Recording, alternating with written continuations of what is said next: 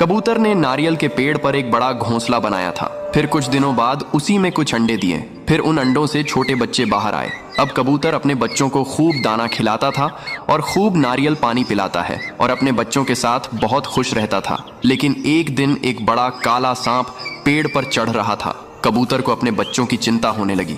कबूतर जोर जोर से चिल्लाने लगा और बहुत सारे पक्षी सांप को भगाने में कबूतर की मदद करने लगे।